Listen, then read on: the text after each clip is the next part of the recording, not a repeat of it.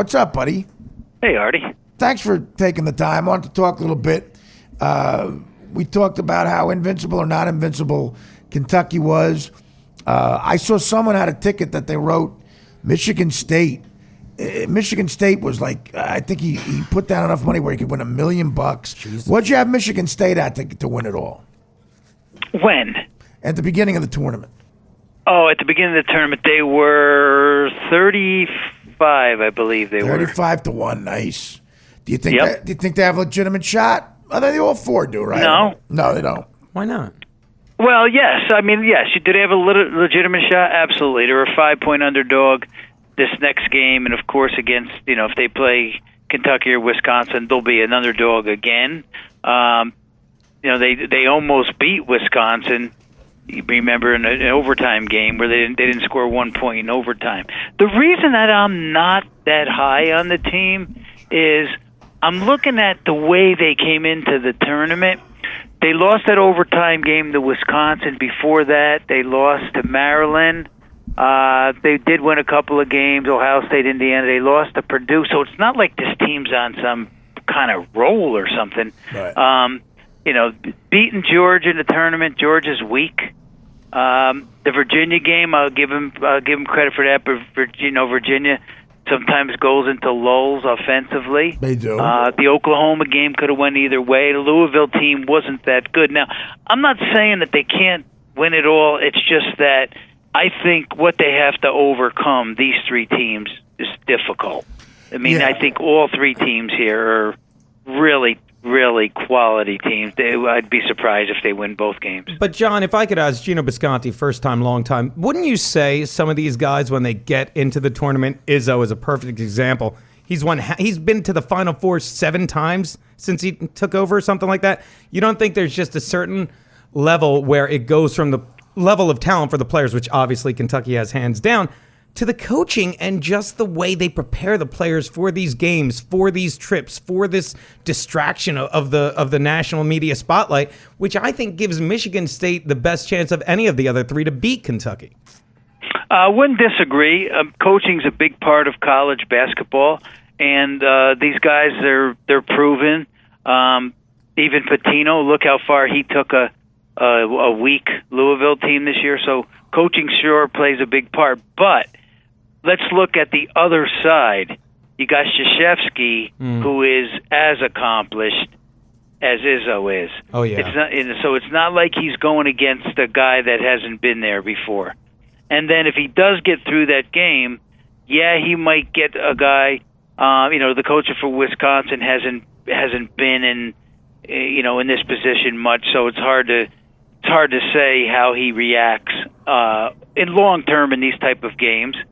And Calipari I think his coaching is good. I don't think it's as good as an Izzo, but he certainly has quality players to back him up. So that's what makes it difficult to me. It's not like he's going against guys that are a notch below him. Do you think beating Notre Dame was their toughest challenge, Kentucky? I do, because I thought Notre Dame was as good as any team that's left in this tournament besides Kentucky. Right. I thought they're as good as Wisconsin, they're as good as Duke, they're certainly as good as Michigan State. And so if they beat them, you're always going to run across a tough game. It's just, that's the way it is in this tournament. So you're just not going to have six easy rides. You're going to run across the tough one sometimes too. So they ran across one tough one. We'll see if this next one is equally as tough. Yeah, well, I don't know. I mean, I think I agree. I think Notre Dame matched up with them the best, and they should have lost that game. But there's a couple of times over the course of the season they should have lost, but they find a way to win. I think they're coached well, they're disciplined. And listen, hitting those 2 foul shots at the end, there's no substitute for that. Those kids are clutch, too. They hit big three-pointers, and they hit their foul shots, right?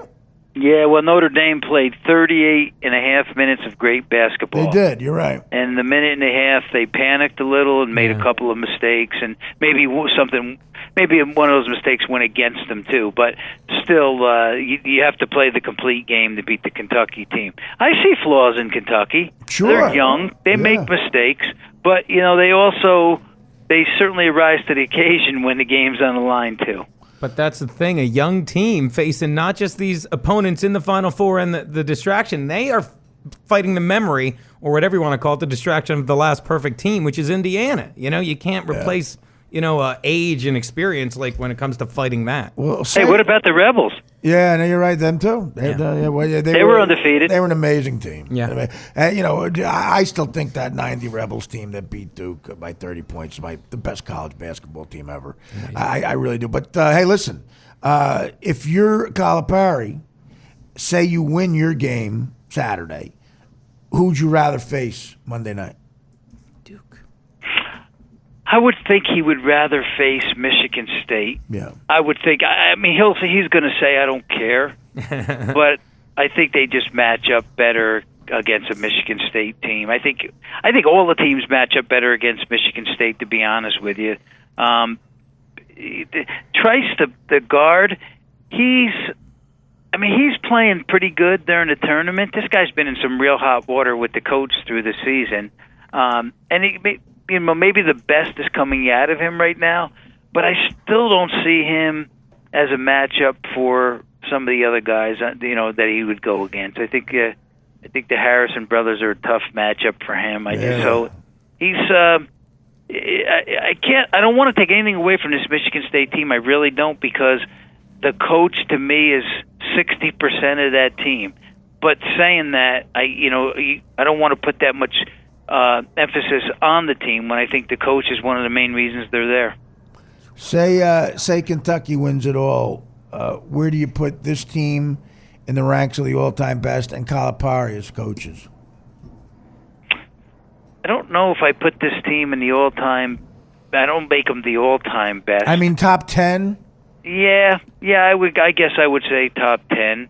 To go undefeated, but remember the SEC is real weak. Yeah. I mean, this year Florida usually is one of your better teams, and they, look at the season they had. And so I guess if you're looking for second best in the SEC, it was probably Arkansas, and they're nowhere to be found. So that's not saying a lot. Yeah. Yes. So the whole season for them, even though they're quality team, they got two teams on one basically. They're the whole season was kind of soft. Right. Well, I don't know. I think it'd be nice to see Michigan State. I don't think they're going to do it. I like Kentucky to take it all. Are you hedging, Artie? If you have that 20,000 at 50 to 1 for $1 million, are you hedging? Or yes. Are you going all? Yes, I'd hedge. Yes. I would hedge big time. Wouldn't you? I would. Yeah, I would. Yeah, I absolutely would. I think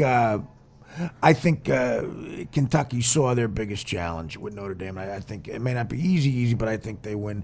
Explain this.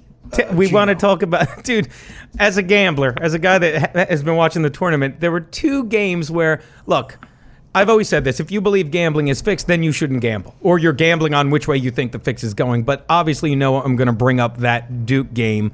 What was it, Saturday, when the game was over. And I already forgot who were there. They were Utah. Against Utah, they're laying 5, and the final score is 62-57. It's a push.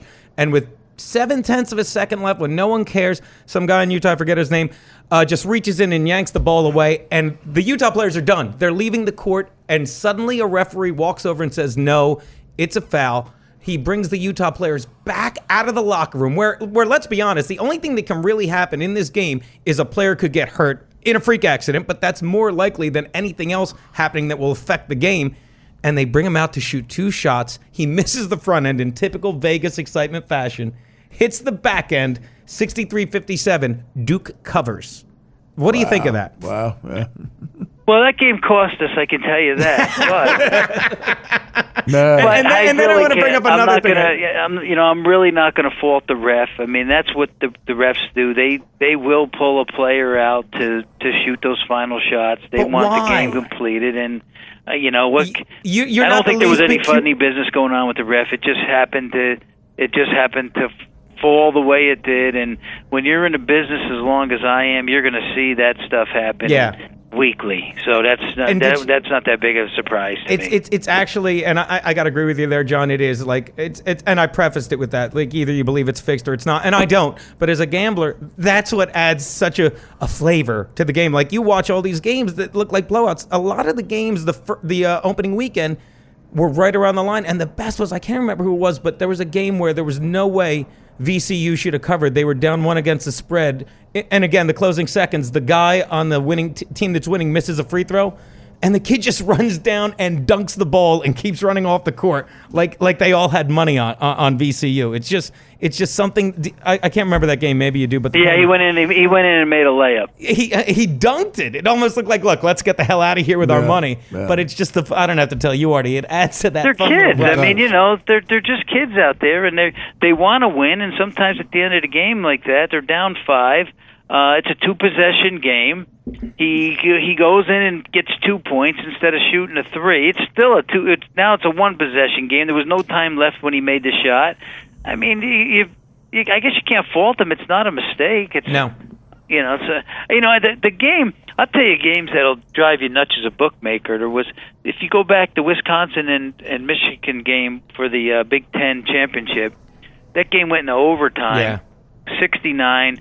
Michigan State was in total control of the whole game. No way Wisconsin should have covered. They're getting 7 points here in Wisconsin, and they go in overtime, 69. The final score ends up 80-69, and we just had a ton of money on Wisconsin. Right. So for us, we were sitting in the driver's seat, and look what happens. The team ends up covering the 7 easily, and it probably pushed it to the over, right? Sure it did. Yeah. Sure it did. And when So, it rains, it there's pours. strange things happen in sports. First of all, remember this, that the numbers this time of the year, the point spreads are really tight. I mean, my power ratings are about as tight as they can be.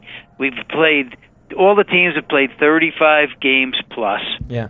We have a good handle on them offensively and defensively, and that's why these games are so close to the number at this time of the year. It's amazing. So when they're that close to the number, a shot here or a shot there at the end is going to be the deciding factor. Real quick, leaving hoops real quick before I let you go, brother. Mayweather, Pacquiao, who are you taking a lot of money on? Where's that swinging?